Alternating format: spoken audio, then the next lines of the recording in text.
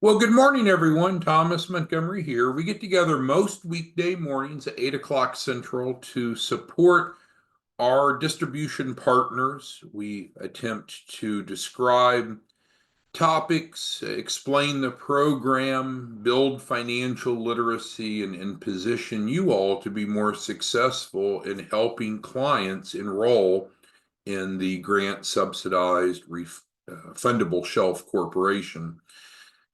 You see here on the screen, we've got a PowerPoint in the background, which we'll be speaking about. But first on our agenda, we want to make sure that everyone is open for business. So to be a reseller, which means the same as grant coordinator, doesn't cost you anything, no contract to sign.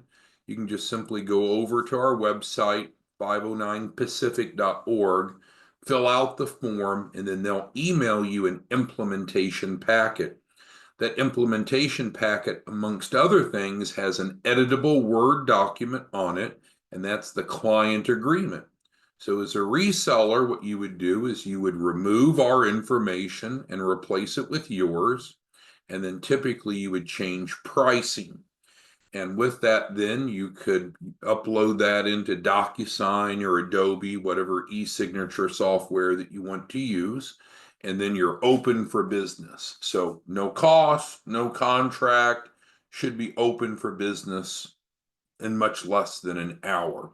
Does anyone need help getting open for business before we dig into our topic today? Anyone need help with number one? Okay, good. And I think it's pretty straightforward, and we've been discussing that on a daily basis. Remember, we have a tech support line, so if you do need assistance with anything, client update, status updates, whatever you need, the best way to reach us is the text support line, 903-347-8042.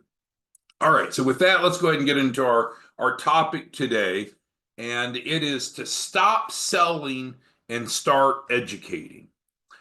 So I think it's important to realize that what most entrepreneurs, most small business owners, they don't know. They want money, they need money, but they often don't know what it takes. They don't know what it means to have a fundable business. And if you don't have a fundable business, you're not going to get business funding. So with that, if we focus on educating, I think that you'll be amazed with the number of clients that you'll develop. So, kind of going back, turning the clock back, as you know, the three of us that founded the nonprofit, we all worked for the SBA, where we were SBA, SBDC advisors. And that's really how all this got started. I worked for the SBA. They flew me up to Washington, D.C. I went through all the SBA training and certification and then came back to my office and realized, well, this is great. I have all this knowledge, but the small businesses in my community don't.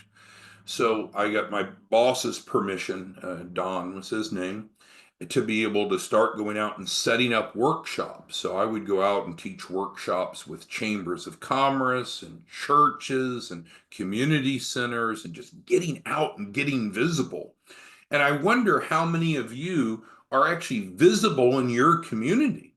Now, of course, that was pre-COVID and that was before online learning was so popular.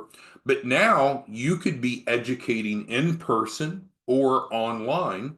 And the awesome thing is we have the educational content ready to go.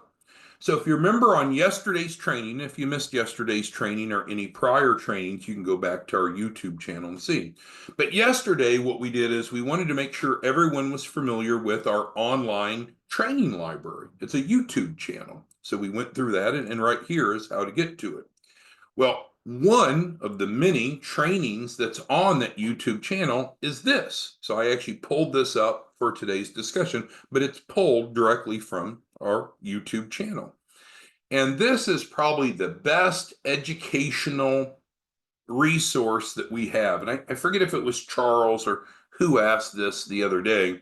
You know, if you were to just share one document with a prospective client, one resource with a prospective client, what would it be?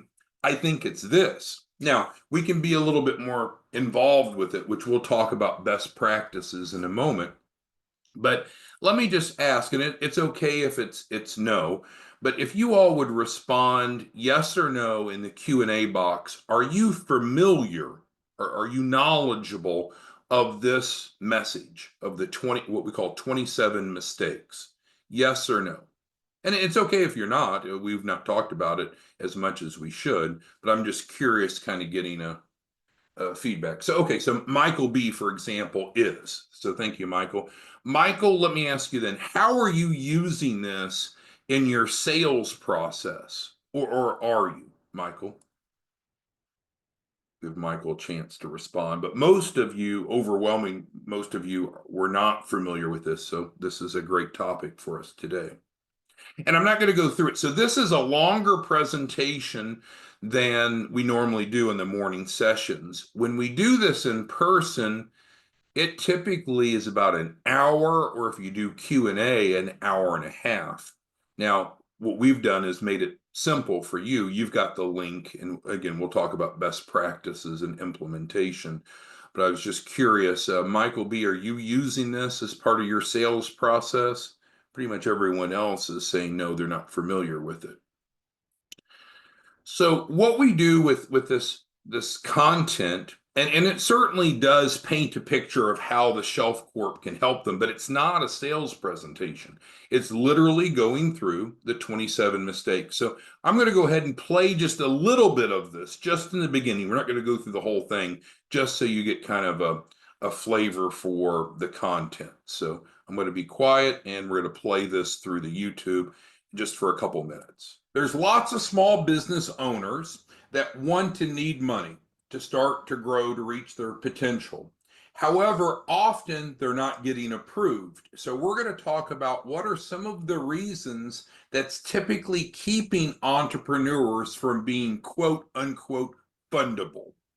And we're going to also overlay that with the fundable shelf corporations. As shown here on the screen, I'm with 509 Pacific. We're a 501c3 nonprofit organization. We are pleased to be administering a grant, and that grant, in short, is providing shelf corporations to entrepreneurs who are looking to have a fundable business. So this will all make sense as we get going. Let's go ahead and get started with today's topic. I dare you to let me build you a completely Oh, free got a commercial built e-commerce in here. I store only have the free. preloaded with Oops, sorry 20. about that. Here we go. So why is this important? This is important because lenders and other types of credit issuers often are going to automatically decline applicants if you don't meet their approval standards. And that kind of makes sense, right? If you want to buy a house, you have to meet the underwriting. We'll pause that there. So the point is, we go through with why this matters, and then we continue through and we highlight the most important points in red, and then it goes through the different mistakes all the way through 3, 4, 5, 6, 7, and we continue on, talk about collateral. So it goes through the 27, again, mistakes, why most small businesses are declined for funding. And then it concludes over here with this page. So our point today, let me go ahead and bring back up the note screen, is I want to have a bit of a discussion with you about ideas of how you could use this education. Now, of course, at one time there was an out-of-pocket expense. Now there is none. There's zero out-of-pocket. But what are some ideas that you have of how you could use this? Because what we don't want to have happen is a client enroll and then they say, well, I didn't know that. Because you and I may know how business finance works and what it normally takes for approvals, but we can't infer that others know that. So I'm curious what ideas that you all have and how you might be able to use this material to help educate and also generate more clients. All right, so Gilbert says he may require clients to view this before he allows them to enroll. So let's go ahead and take notes. So, what are some ideas? One, and I'm not saying you have to do this, but that's Gilbert's idea, is optionally, well, I don't say that, that seems contradictory, but what you could do is require prospects to view the 27 mistakes before you allow them to enroll. Because as they understand the things that typically keep small businesses from getting approved, the 27 mistakes, they'll also see how we've built that into the Fundable Shelf Corp so we can eliminate those mistakes and be successful. All right. So Gilbert has one idea, which is just he's considering making it a requirement. No, I'm not going to allow you to enroll. No, you're not going to qualify for the grant to get the reimbursement if you can't take the time to watch this. So that's aggressive, Gilbert, but that's one idea. All right. Who has other ideas of how we might be able to use this educational material to build financial literacy and to increase your income? All right. Jeff says he may start holding regularly scheduled Zooms. And that's right, Jeff. So you could schedule Zooms on a regular basis, drive your prospects in to the Zoom. You could be kind of the announcer, the MC. You open the Zoom. You could just play this just as I started to, and then you could wrap it up, kind of close it out. So you're creating a relationship and value with them, but you don't have to do the heavy lifting of teaching the material. So that's a great idea. And so that would be more for prospects. Okay. Who else has ideas of how we could use this educational material?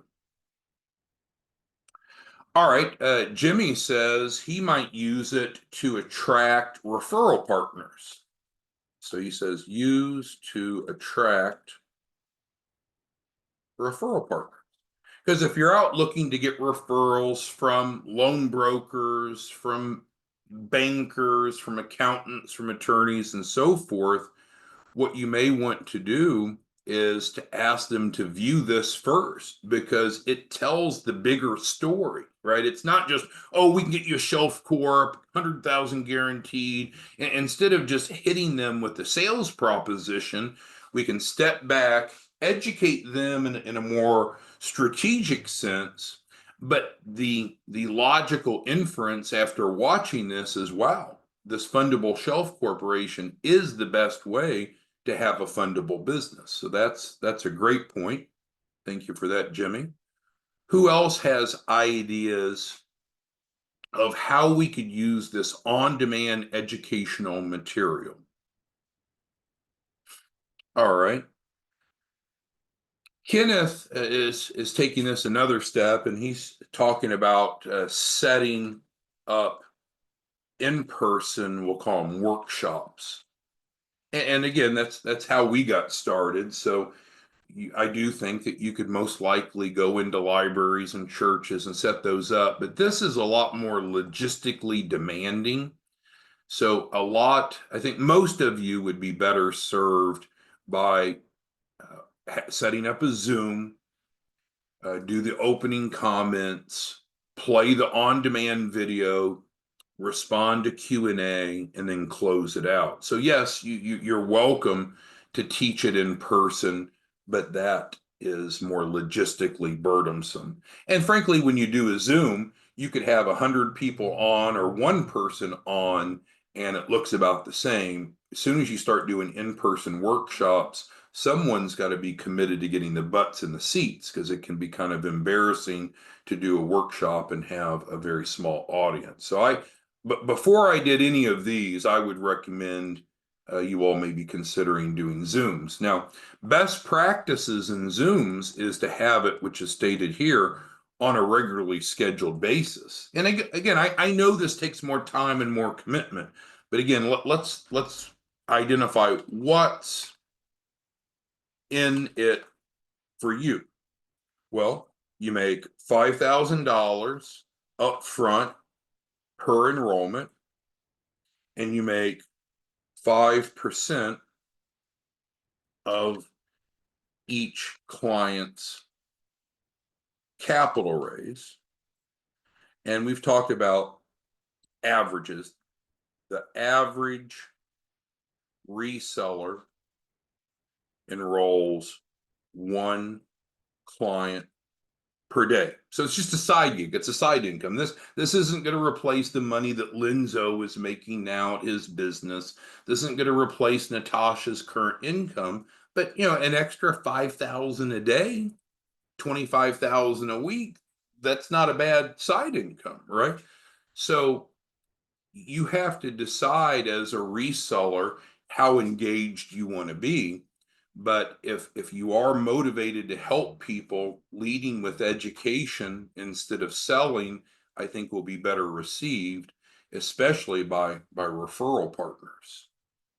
And so if you're going to start scheduling these Zooms, let's just say Mondays through Fridays at 7 p.m., you're going to hold the Zoom to teach this material. Really, all you're doing is opening the conversation, playing the video, and then closing it out. So let's say you're doing it Mondays through Fridays at 7 o'clock. As you're out trying to develop referral partners, that's your first step, is have them become familiar with this material, because that's technically what they're doing. Is they're technically referring people to you to build their financial literacy. But what do you and I know? About 90% of the people that attend your workshop will turn around and enroll. And we have a couple, not frankly very many, but we have a couple of you that are doing 3 Zooms a day. And so, our 6-figure monthly earners are actively engaged. And so this is a pattern that some of you are doing quite successfully. All right. So again, a couple of you asked, where's this at? So again, on our YouTube channel, which we highlighted yesterday, but you can go to it here. Most of our past trainings are located on it, including the 27 mistakes. So you'll find it on there. So who has questions, comments, concerns about this concept that maybe we need to stop selling shelf corporations and instead start educating individuals about why they may not be fundable, what it takes to be fundable, and then we can very easily help them come to the conclusion, wow, the Fundable Shelf Corp is probably the best way to accomplish that. Questions, comments, concerns? All right, well, I'm waiting for that. I'm curious if you all don't mind typing into the Q&A. I'm curious what your projections are for your enrollments between now and the end of April. I'd like to kind of do a 1/3 of the month check-in. We're not to the halfway point. But Rod, you've spoken a big game about your enrollments. Not seen them yet. Curious, Rod, how many do you expect to enroll between now and the end of April? And that's a question for everyone. Michael B. and Jalia and y'all, everyone. We have 443 of you on. Curious of what your expected volume is between now and the end of the month. If it's less than one a week, I think we need to really consider doing things differently, because there's a tremendous need for capital. Maybe you're sitting there and you're Bentley and going to the country club for lunch and you're just surrounded by wealthy, successful people. But the average entrepreneur wants and needs money to start to grow their business, but they don't know what the problem is. And so this teaches them the problem and gives them the solution in a very non-sales oriented way. Now, a couple of you came on late, so we didn't play this full video. It's about 45 minutes because it tells the full story. If you wanted to create a concise version, I guess you could, But it's ready to go. You can just simply go to our YouTube channel, get the link, and then you could play it live or via Zoom, and you can facilitate, you can do the enrollments, but we've done the heavy lifting. It's ready to go. So who else has questions, comments, concerns? What is it that you need? Franz brings up a good point. I think a good goal is just to try to be average, right? You don't have to be a superstar, but be average. An average reseller does one enrollment per day, 5 days a week, 20 a month. I mean, that is a decent, honorable side income.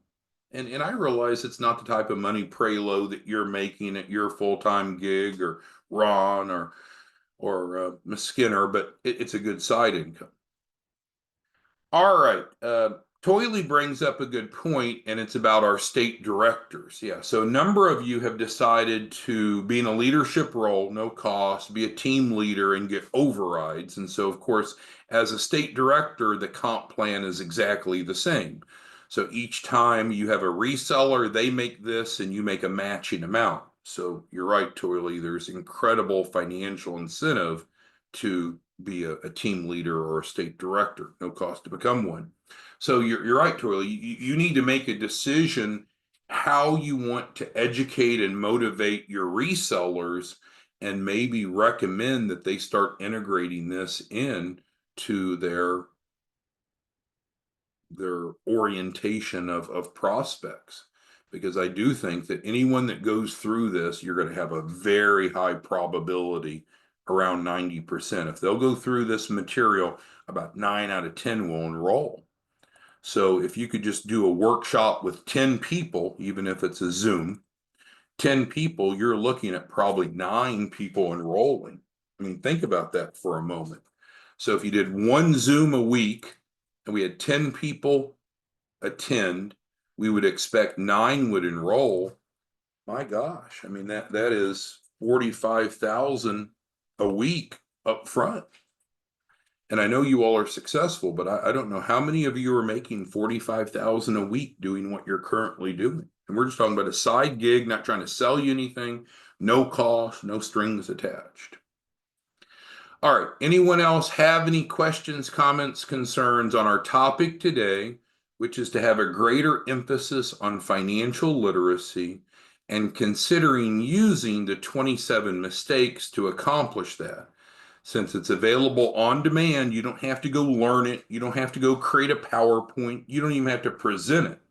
You can facilitate the discussion, get the benefits, and we can start enrolling clients with the goal of getting each of you to be average.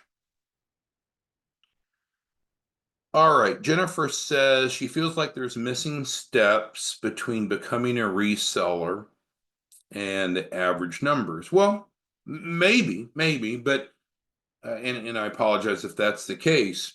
I think some of us are wired and experienced in business development and sales. And so what we've always been looking, anyone that's sales oriented, you're always looking for a good comp plan and a good product, a good service or good to go pitch.